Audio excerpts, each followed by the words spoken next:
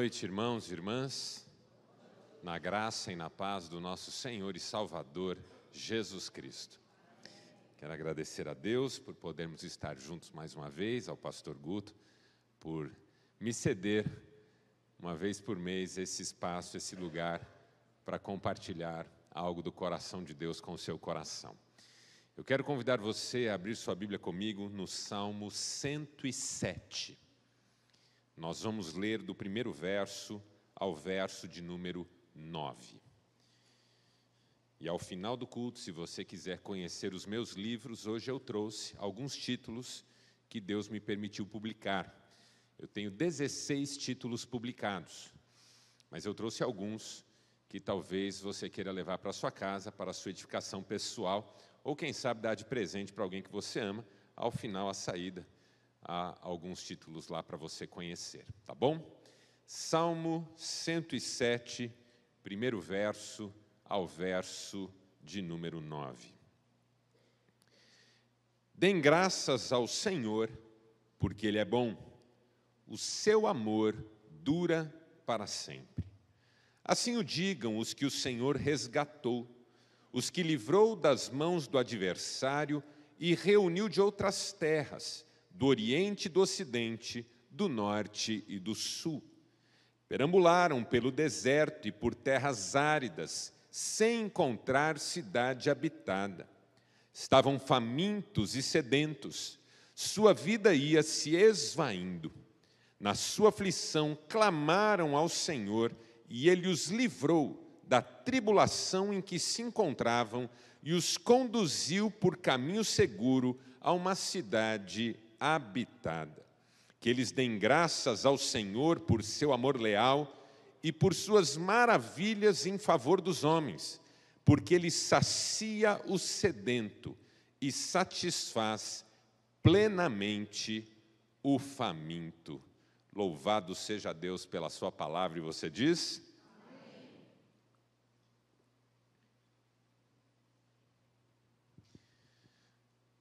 Você já deve ter dito, ou mesmo sentido, em algum momento, em alguma circunstância da vida, que a vida é um deserto. Você já deve ter passado por momentos desérticos na sua trajetória. O que é que são momentos desérticos? Momentos de provação, momentos de privação, momentos de solidão, porque o deserto é descrito na Bíblia sempre como um lugar muito solitário, como um lugar onde nós ficamos frente a frente conosco mesmos e também frente a frente com o nosso Deus. É um lugar de tratamento, é um lugar em que muitas vezes Deus nos coloca. Jesus foi levado pelo Espírito ao deserto a fim de ser tentado. Pastor Hernandes Dias Lopes costuma dizer que o deserto na vida do cristão não é um acidente de percurso, é uma agenda de Deus. Uma agenda de Deus. Algo que está previsto por Deus. E é claro que é muito difícil reconhecer que Deus possa nos levar à experiência do deserto, porque no deserto nós não nos sentimos assim muito amados, não nos sentimos assim protegidos, guardados. É um lugar em que a nossa fé é questionada, é um lugar em que os nossos valores são postos à prova. Desertos não são fáceis. E todos nós, em algum momento, vamos ter de enfrentá-los. Uma palavra como essa, ela serve para você que já passou por um deserto, serve para você que está passando, e serve para você que um dia passará e se lembrará de algumas verdades sobre as quais nós vamos falar hoje. Porque essa vida nos apresenta e nos oferece os seus desertos. E engana-se quem pensa que pode atravessar esse mundo e essa existência sem passar por esse tipo de luta. Jesus nunca nos enganou a esse respeito. Ele disse: no mundo tereis aflições. Eu não gosto dessa frase. Não me agrada. Quando eu ainda fazia casamentos,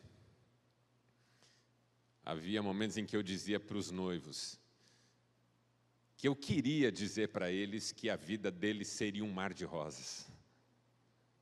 Mas eu estaria mentindo e eles saberiam que eu estaria mentindo. As crises fazem parte.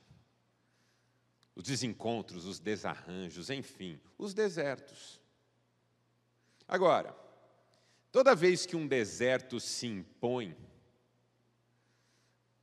há 3 tipos de pessoas que precisam enfrentar o deserto. O primeiro tipo é daquelas pessoas que já chegam no deserto sem recursos, sem água no cantil, sem um pacote de bolacha recheada na mochila. O deserto vem e você já estava exaurida, já estava desprovida. O deserto chega e encontra você no seu pior. É um tipo de gente que a gente encontra no deserto. Gente que, quando se deu conta de que estava entrando num deserto, não estava preparada. Não estava em condições. Não tinha nada para poder enfrentar o deserto num primeiro momento. Eu já passei por isso na minha vida. De repente me perceber num deserto e eu não estava nada preparado para aquele deserto. Senhor, a tua palavra não diz que não haverá tribulação que não humana, e junto com a tribulação o Senhor dá o livramento, e o Espírito falando ao meu coração: você não se preparou. Deixou de se alimentar, deixou de ter provisões, deixou de confiar em mim em alguns momentos.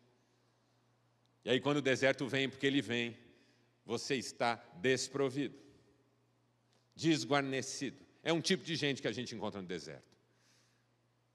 Segundo tipo de pessoa que a gente encontra no deserto é daquelas pessoas que até estavam preparadas quando o deserto chegou, mas em função da extensão da experiência do deserto, seus recursos acabaram.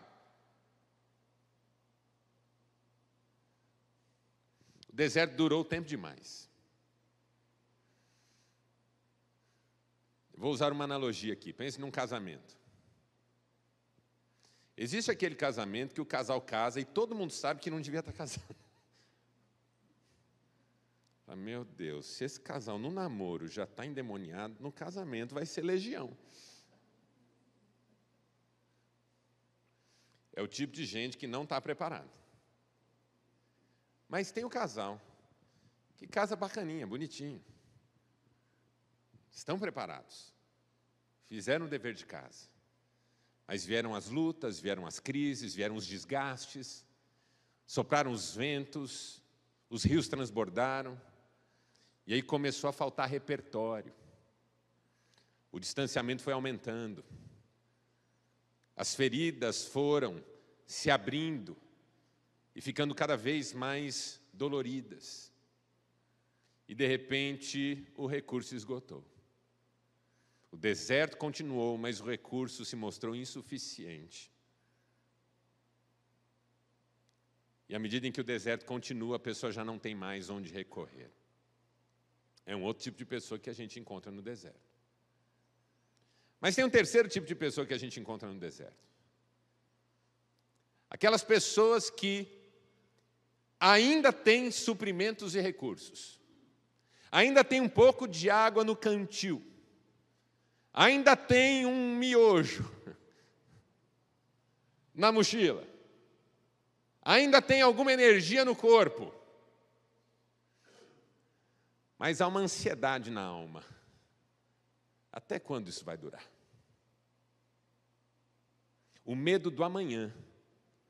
do deserto não se encerrar antes dos suprimentos se esgotarem, é alguma coisa que toma o coração dessas pessoas. Nada lhes falta no deserto, mas elas sofrem o deserto igualmente, porque a ansiedade lhes dá uma visão antecipada de um futuro sem os recursos necessários. E aí a pessoa se angustia. Eu vivi isso muito na pandemia. Eu sempre fui uma pessoa muito cautelosa na administração dos meus recursos, e Cristiane também. Quando entrou a pandemia, nós tínhamos reservas, nós tínhamos uma estrutura bem saudável e enxuta. E no ano que entrou a pandemia, a minha vida inteira girava em torno do meu trabalho, do meu ministério e da minha carreira de palestrante. 2020, eu entrei em 2020 com a minha agenda de palestras lotada. Eu tinha 320 palestras agendadas para dar em 2020. Igrejas, empresas, escolas, universidades, instituições, 320 palestras. Eu falava para a Cris, se prepara, que é o ano da nossa vida. Eu havia fechado a minha agenda em outubro de 2019. Em março, entrou a pandemia. E as pessoas foram cancelando as agendas. Todo dia eu recebia mensagens, ligações, dizendo o nosso evento está cancelado. Começou o cancelamento em relação ao final de março, depois abril, depois maio, depois junho, julho e, de repente, até o final do ano. Até junho, eu estava meio tranquilo. Isso aqui vai passar. As conversas que a gente ouvia eram: 15 dias vai passar tudo. 40 dias, passou tudo. 2 meses e a vida está de volta. Quando chegou em junho, eu estava em casa, maratonando série na Netflix, com um balde de pipoca e um pacote de sonho de valsa. Cristiane, que já atendia como psicanalista nessa época, olhou para mim e falou assim: escuta, você não vai trabalhar mais não. Eu falei: eu estou esperando passar a pandemia. Ela falou: não vai passar. Não vai passar.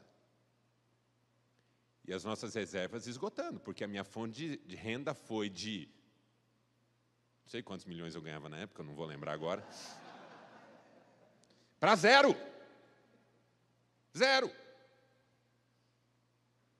E aí, quando o Cristiane falou isso, eu tomei um susto.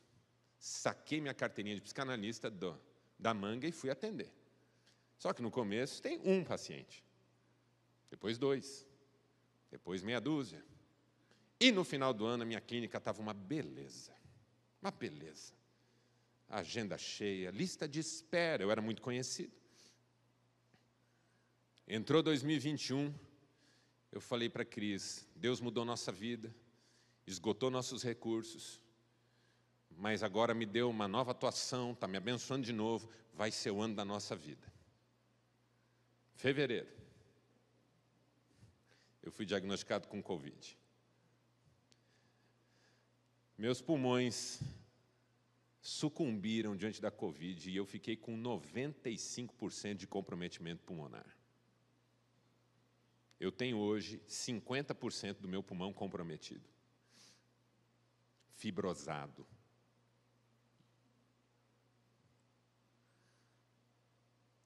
Fui parar numa UTI. Fiquei 70 dias em tratamento. 70 dias em tratamento. Minha clínica. Você acha que os pacientes ficaram lá esperando eu voltar? Foi a zero de novo. E eu me lembro muito bem que eu fui vendo reservas secarem. De repente, a gente tem que colocar coisas à venda. Que sensação horrível. A sensação de que se esse deserto demorar muito, a gente não vai ter mais de onde tirar. O Senhor acabou com tudo que eu tinha. deixou faltar alguma coisa para mim e para minha esposa? Não, porque Ele é fiel. Ele supriu a nossa vida em tudo. Mas eu me lembro da dor, de ver os esgotamentos, de sentir que houve uma época de fartura e agora a época de provação e privação vai suplantar o período de fartura, exatamente como José diz para o faraó que aconteceria. Os anos de fome serão muito mais terríveis do que os anos de fartura. Talvez seja assim que você se sinta no seu deserto, que as forças estão esgotando. E se Deus não tirar você logo de lá, não vai dar. Não está faltando nada ainda. Mas não vai dar. Essa é a pergunta que eu faria para você nesse momento. Como está você no seu deserto? Marcelo, graças a Deus eu não estou num deserto. Mas já esteve, não esteve? Sabe do que eu estou falando. E se nunca esteve, prepare-se para estar um dia. Credo, quer o meu mal? Não, é que você não é o alecrim dourado que nasceu no campo sem ser semeado. Também passará por lutas em algum momento. E precisa entender a dinâmica do deserto. O texto que nós lemos é sobre o deserto. Aliás, vários salmos cantam o tempo de deserto do povo de Israel. Porque o tempo de deserto de Israel foi um tempo fundamental para a construção da identidade de Israel como povo de Deus. O deserto foi para o povo lugar de provação, lugar de privação, mas também lugar de milagre. Deus se revela no deserto. No deserto nós ficamos mais sensíveis a Deus e a sua palavra. Jesus no deserto venceu as tentações. Eu olho para o meu deserto de 2020, 2021 e penso, meu Deus, passou. Passou. E quantas lições eu não aprendi, hein? Aprendi muitas lições. E sinto cada vez mais fortemente que Deus é comigo. Por onde quer que eu vá. Deus é conosco, irmãos. Por onde quer que passemos. E ainda que andemos por um vale de sombra de morte, Ele está conosco. A sua vara e o seu cajado nos consolam. Esse salmo tem algumas lições sobre o tempo de deserto.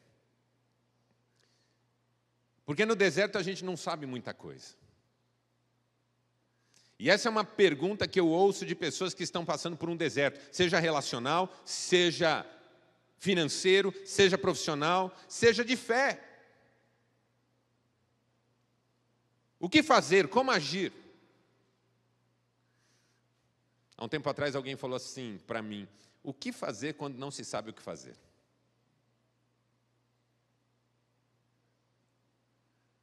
Quem nunca? O que fazer quando não se sabe o que fazer? Esse salmo nos dá 4 dicas. Primeira, você veja como Deus trabalha em todos os detalhes. O pastor Guto falou sobre isso no início do culto. Primeiro desafio para quem está no deserto é clamar. Diga, clamar. O que é clamar? Como o pastor disse, elevar a voz. Olhar para o alto, olhar para o céu. Desabafar diante de Deus toda a fraqueza, todo o cansaço, toda a frustração, toda a angústia que o deserto impõe sobre nós. Um dos problemas que eu vivi quando no meu deserto foi exatamente o de tentar, num primeiro momento, resolver tudo do meu jeito, na minha força, com a minha consciência e capacidade. E de repente eu fui percebendo que nada disso era suficiente, quando não atrapalhava.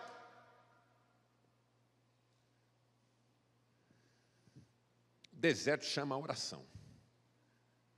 O deserto chama ao clamor. Por que clamor? Porque não é oração diária, não se trata da vida devocional, se trata de uma entrega mais intensa diante do Deus que é o único capaz de dar vida no deserto.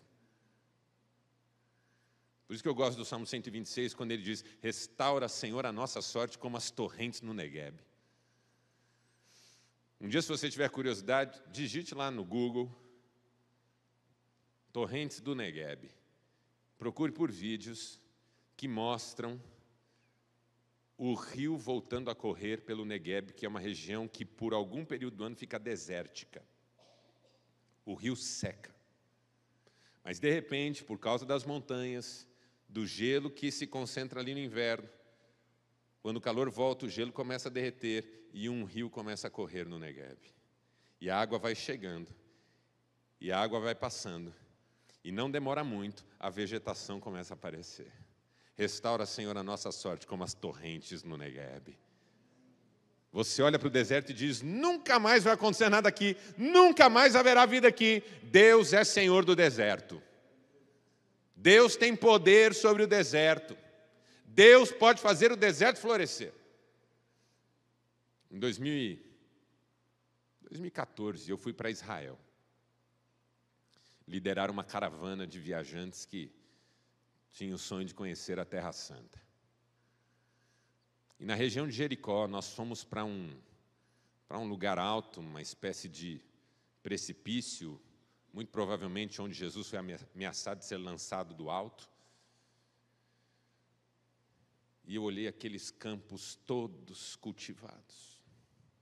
Aquilo é um deserto. E a palavra diz que no deserto o Senhor faria a terra florescer. Israel, até os dias de hoje, vive de uma promessa feita há milhares de anos, que o Senhor faria o deserto florescer. Clame ao Senhor, porque Ele tem poder para fazer o seu deserto florescer. Clame ao Senhor, clame ao Senhor. Não murmure, não se queixe, não fique falando das suas lutas para os outros. Isso não quer dizer que você não possa ter confidentes, pessoas que orem com você, mas não saia regimentando pessoas para terem pena de você na sua luta. Clame ao Senhor, Ele vai ouvir a sua oração. Ele vai ouvir o seu clamor. Os salmistas eram especialistas em clamor. A maioria dos salmos são clamores. Tanto que alguns são até um tanto feios. Ô Marcelo, você está falando que a Bíblia tem texto feio? Tem. Salmistas que pedem a morte dos ímpios, que Deus quebre o dente de algumas pessoas. Eu acho tão bonito esse salmo. Senhor, quebra o dente dos ímpios, é uma coisa meio lúdica, né? Tipo, dá um soco na cara. Não precisa matar não, mas arrebenta. Por que os salmistas oram assim? Porque vem de dentro. Os salmistas são tudo, menos falsos diante de Deus. Por isso que um salmo maravilhoso é o Salmo 139. Senhor, Tu me sondas, me conheces, conheces o meu deitar, o meu levantar, de longe esquadrinhas os meus pensamentos. A palavra nem me chegou à boca e o Senhor a conhece toda. O Senhor me fez de um modo maravilhoso, me entreteceste no ventre materno. Os meus ossos, quando eu era substância informe, já eram conhecidos do Senhor. Todos os meus dias estavam escritos no Teu livro, antes que um só deles existisse. E o Salmo vai assim, lindo, tal conhecimento é maravilhoso demais para mim, não posso descrever. Se eu fosse falar das Tuas obras, contaria, jamais chegaria ao fim. O Salmo é lindo, lindo, lindo. Quando chega lá nos versos 20, 21, 22... Acaso não tenho eu ódio dos perversos, tenho ódio mortal, quem desse morressem todos. Aí você olha e fala, peraí, virou uma página errada aqui, não é possível. Eu estava lendo o Salmo 139.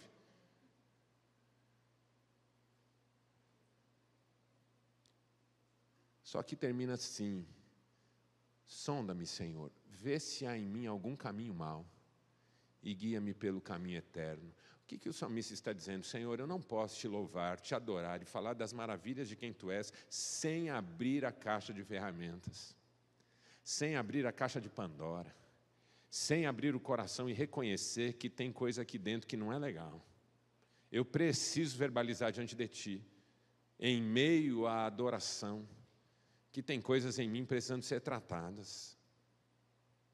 Vê se há em mim algum caminho mau e guia-me pelo caminho eterno. No clamor a gente reconhece que se Deus não fizer a obra, nós nada podemos fazer. Clame mais ao Senhor. Está passando por luta? Clame ainda mais. Depois que eu saí da UTI, um amigo foi me visitar. Em determinada altura da conversa, ele perguntou: você questionou Deus em algum momento? Eu respondi para ele: amigo, no deserto, a gente não questiona, a gente clama. No deserto você não questiona, você clama. Você não vai fazer inimizade com o único que pode te ajudar no deserto. Você questionou Deus? Não sou idiota. Eu clamei, Deus.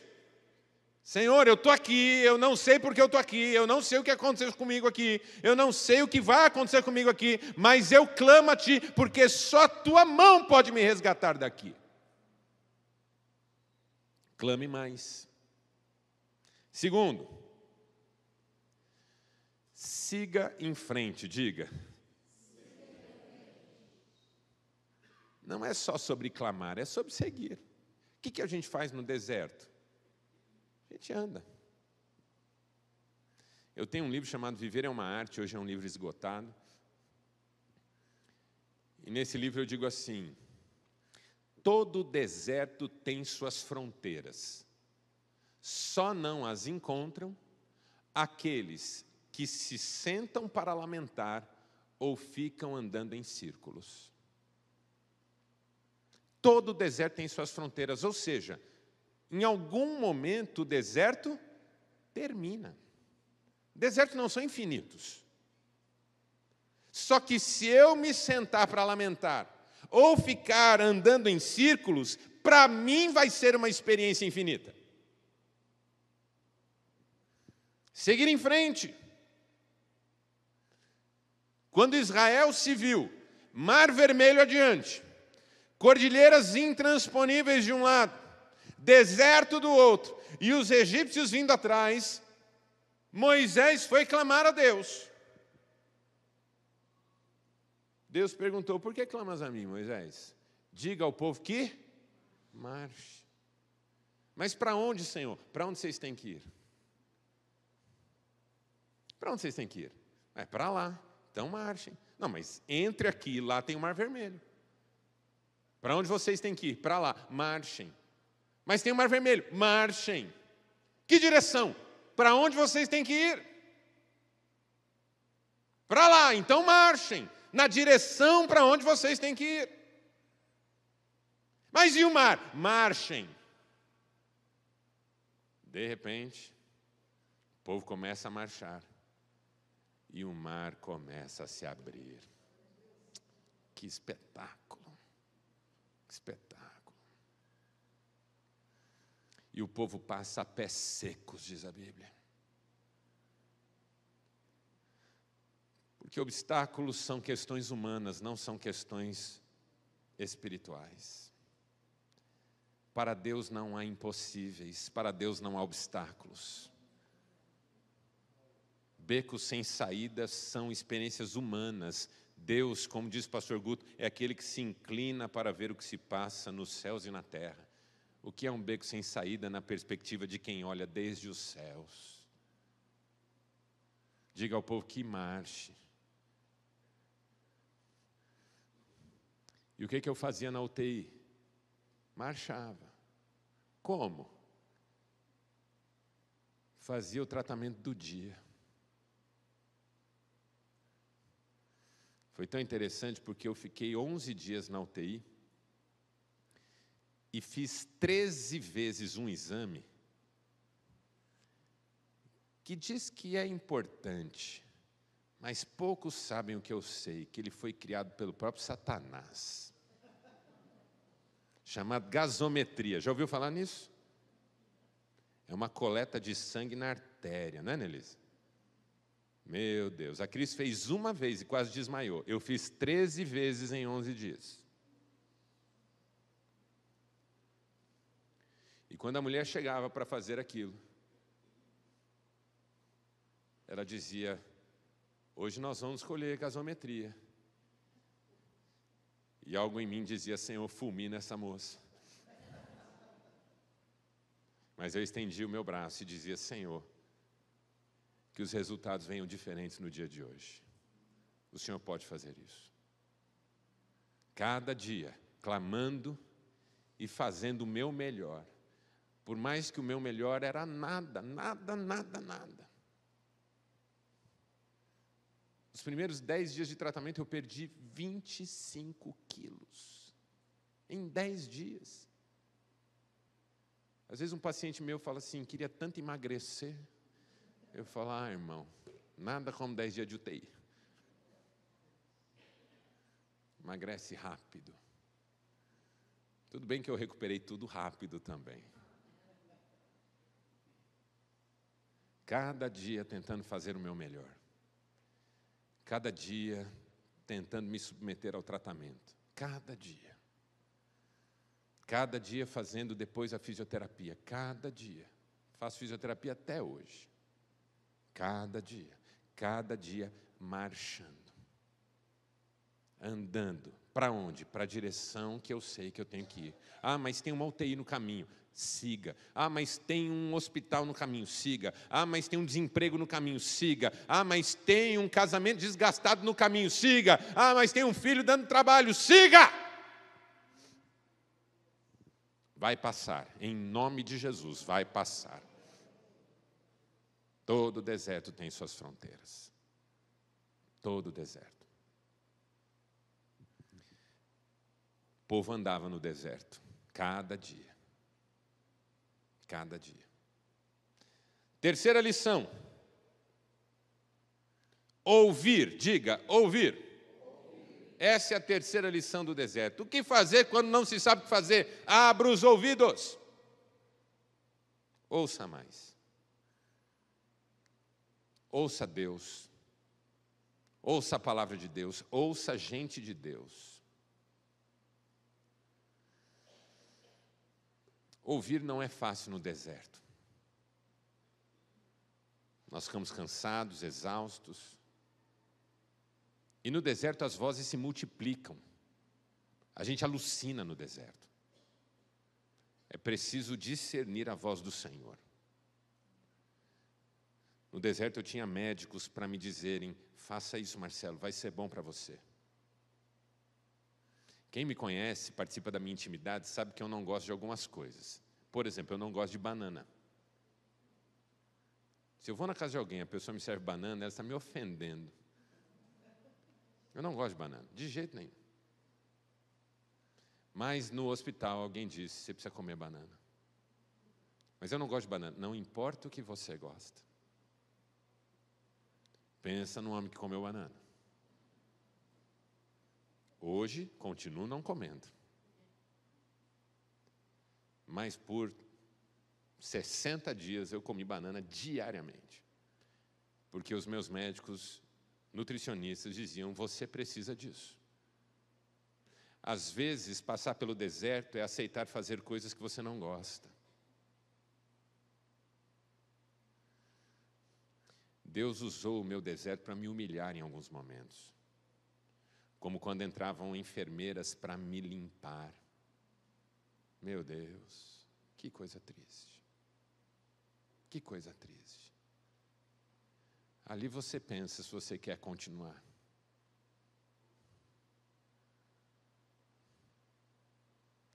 Às vezes Deus usa o deserto para quebrar alguma dureza de coração. E Deus me moeu no meu deserto, me moeu. Eu não era ninguém ali. E eu fui internado num hospital, onde eu fui conselheiro de governança por 8 anos. Participava do conselho da mantenedora. Dava palestras mensais para todo o time de gestores, médicos, enfermeiros, líderes. Eu era conhecido de todos. As pessoas entravam no meu quarto e se assustavam com a minha fisionomia. Um dia uma uma jovem entrou e disse: você é o pastor Marcelo Gomes, não é? Eu falei não, porque eu nem falava. Fiz assim. Ela falou: então, eu ouço muitas histórias suas aqui. Posso te dizer algo? Seu caso é grave. Grave uma mensagem para sua esposa. Eu fiquei só olhando para ela assim. Grave uma mensagem para sua esposa. Porque daqui a pouco você será entubado. E naquele momento as estatísticas diziam: de cada 4 entubados, 3 morriam. E eu tinha dito para minha mulher: não me deixe entubar, não autorize nada, não quero ser entubado, eu vou reagir. Quando ela saiu do quarto, eu acredito que ela quis me ajudar de algum modo. Eu disse: Senhor, eu rejeito essa palavra.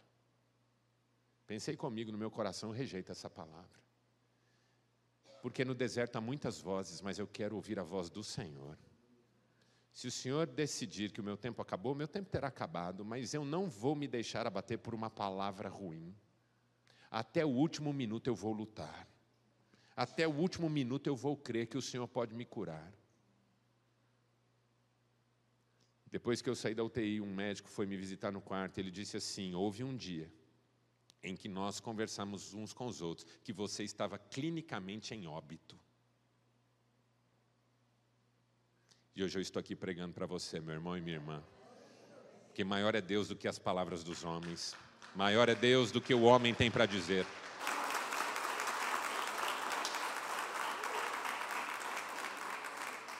Ouça a voz de Deus. No deserto da minha vida eu ouvi a Deus. Primeiro médico que entrou na UTI para perguntar o que eu precisava, eu disse: eu preciso de uma Bíblia. É a voz que eu preciso no deserto. Nem só de pão vive um homem, mas da palavra que procede da boca de Deus. E eu li aquela Bíblia. E eu cantava com a minha mente. Eu não tinha voz mais. Gente, com 95% de pulmão comprometido, você não fala mais. Eu era um homem perfeito, eu não falava mais. Só ouvia. Mas na minha mente eu cantava. Eu cantava: se paz a mais doce me deres gozar, ou dor a mais forte eu sofrer, ó seja o que for, tu me fazes saber que feliz com Jesus sempre sou. Essas palavras iam inundando a minha alma. Ouvir a voz de Deus, ouvir gente de Deus. E tem sido assim na minha vida. Eu preciso ouvir mais gente de Deus, conselhos. O livro de Provérbios diz isso o tempo inteiro: ouça conselhos. Eu gravei um vídeo essa semana, está lá se você quiser ver na minha rede social. Sem conselho, os planos fracassam, mas são bem-sucedidos quando há multidão de conselheiros. Quero ouvir mais. Se eu estou no deserto é porque eu estou precisando aprender. E provação é igual prova. Quanto mais cedo você termina, mais cedo você pode levantar e ir para casa. Mas tem que tirar a nota certa. Se você aprendeu o que tinha que aprender, a prova não vai demorar muito. O problema é se você segue não aprendendo. Quanto mais um aluno insiste em não aprender, mais tempo ele vai ficar no banco da escola, mais prova ele vai ter que fazer. E por último, irmãos, última lição que o Salmo nos ensina. Crer, diga, crer. Clamar, seguir, ouvir e crer. O salmista começa o salmo dizendo a frase que resume: deem graças ao Senhor, porque Ele é bom. O seu amor dura para sempre. Aleluia. Quantos creem nisso? O deserto é tempo de crer. Tudo que você ouviu, tudo que você aprendeu ao longo da vida, agora é a hora de crer. Agora é a hora de confiar. Agora é a hora de saber que isso é verdade do céu para o seu coração. É hora de testemunhar. O dia mais terrível meu. O médico parou do meu lado e disse assim, más notícias. E eu fiquei olhando e falei, mas como assim más notícias? Tem jeito de ser pior isso aqui? Ele falou, nós fizemos um exame e você está com trombose. Amanhã nós vamos trazer especialistas para ver a gravidade disso. Irmão, deixa eu te fazer uma pergunta. No deserto, você está morrendo. Muda alguma coisa a notícia de hoje ser pior que a de ontem? Você continua pedindo que Deus faça um milagre. Para Deus fica mais difícil fazer um milagre se o diagnóstico piorou? Sim ou não? Não. Aquilo me abateu, 0. O milagre que eu precisava no dia anterior, eu continuava precisando naquele dia e ia precisar no dia seguinte. O mesmo milagre, a mesma cura, o mesmo derramar. Naquela noite eu clamei ao Senhor. Falei da minha fé. E eu disse para o médico, Deus está no controle. Daquele meu jeito, sussurrando, sem som quase. Naquela noite eu já contei esse testemunho várias vezes. Eu estava dormindo, uma das poucas vezes que eu dormi naqueles dias. E acordei com um vento entrando na UTI, e eu fiquei com medo porque achei que ia começar a derrubar coisas, porque era muito vento. Mas demorou uns 2 minutos para eu lembrar que na UTI não tem janela. E quando eu entendi o que estava acontecendo, eu comecei a glorificar a Deus, porque eu sabia que o Espírito Santo estava ali. O Espírito Santo estava ali. E eu comecei a glorificar a Deus. Naquele momento, meu coração era assim, ó.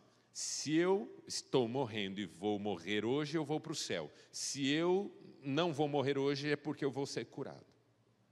Porque o crente sempre vence. Kierkegaard diz isso. O cristão é sempre um vencedor. Porque se eu morresse ali, eu sairia dali vencedor. Porque fecharia os meus olhos ali e abriria os meus olhos diante do Cordeiro.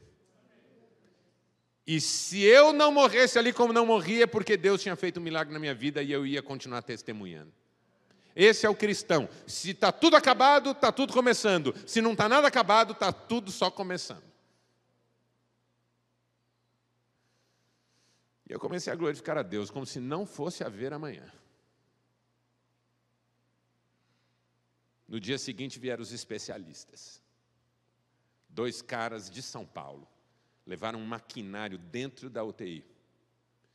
E fuçaram no meu corpo, e fuçaram no meu corpo, e fuçaram no meu corpo, e fuçaram no meu corpo. Ficaram quase 3 horas lá. E eu vi eles olhando um para o outro, dizendo assim, não tem nada aqui. Tem nada aqui. Tem nada aqui. Quando eu tive alta finalmente, depois de 70 dias, e fui procurar pela primeira vez um reumato lá em Londrina, ele fez uns exames em mim, falou assim, olha, tem uma coisa curiosa aqui. Eu falei, o quê? Você tem sinal de quem teve trombose, mas por alguma razão, suas veias se reorganizaram e o seu corpo resolveu ir sozinho. Eu falei, foi sozinho, ele é bom pra caramba. Pensa num corpo de ciborgue. Foi Deus, irmãos. Deus encontrou caminhos no meu deserto para fazer o meu sangue correr. Aí eu dei testemunho para o médico. Você crê que maior é Deus do que o seu deserto? Essa é a pergunta. Feche seus olhos. Eu quero orar com você.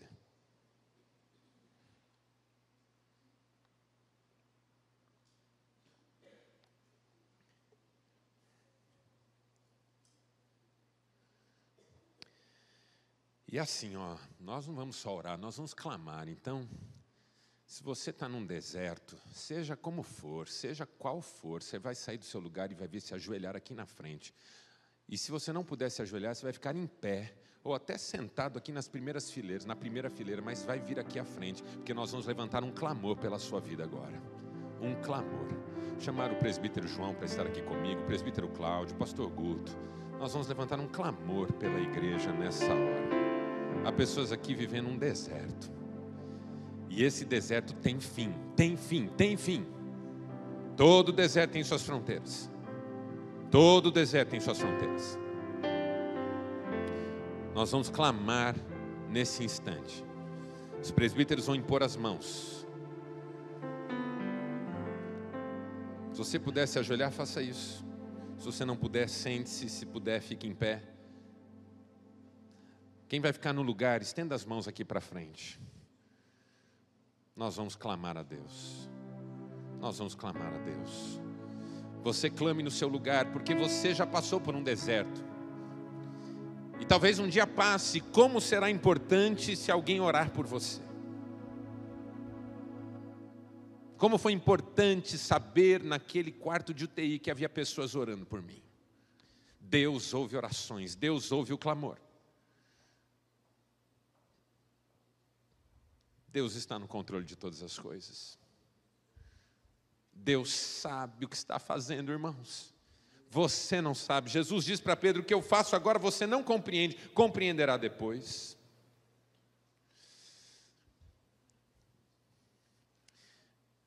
Pai, estamos aqui diante do Senhor, erguendo a nossa voz, presbíteros e pastores estendendo as mãos, a igreja estendendo as mãos, pessoas de joelhos, em pé, sentadas, mas corações prostrados diante do teu altar,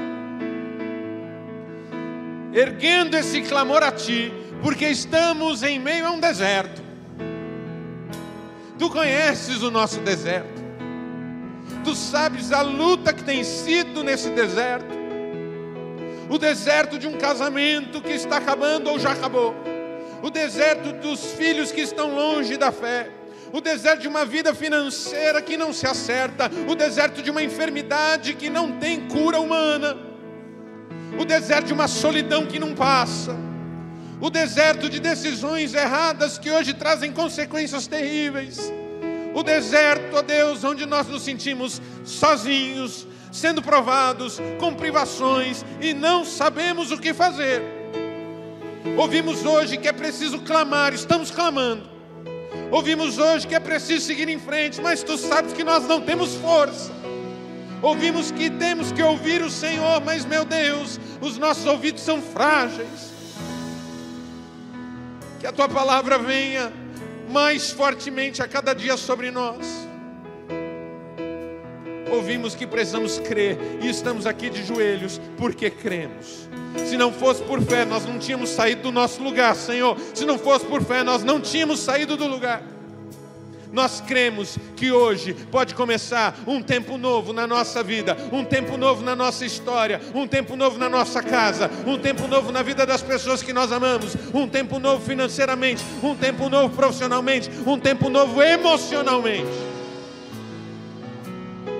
Estende as tuas mãos sobre o teu povo aqui, Pai. Derrama um bálsamo, ó Deus. Esse culto seja para essas vidas um oásis no deserto. Um lugar de águas, um lugar de renovo, um lugar de força, um lugar para tomar ar e seguir em frente. O oásis não é o fim do deserto, mas é um bálsamo no meio do deserto, para a gente seguir em frente e encontrar as saídas do deserto. Que venha sobre essas vidas a saída do deserto. Nós profetizamos vitória sobre essas vidas aqui, em nome de Jesus. Amém, e amém, e amém. Que Deus te abençoe, em nome de Jesus. Vamos todos ficar em pé e vamos louvar a Deus. Volte para o seu lugar. Creia, creia, creia.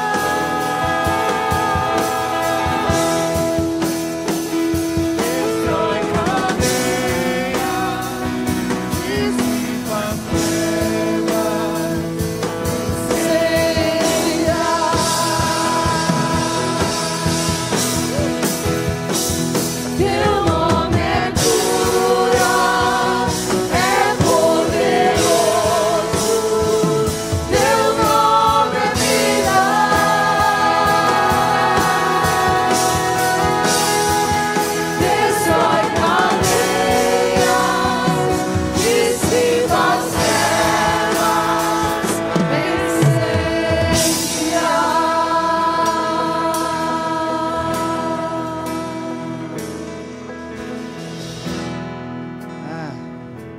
E a gente nem combinou, né?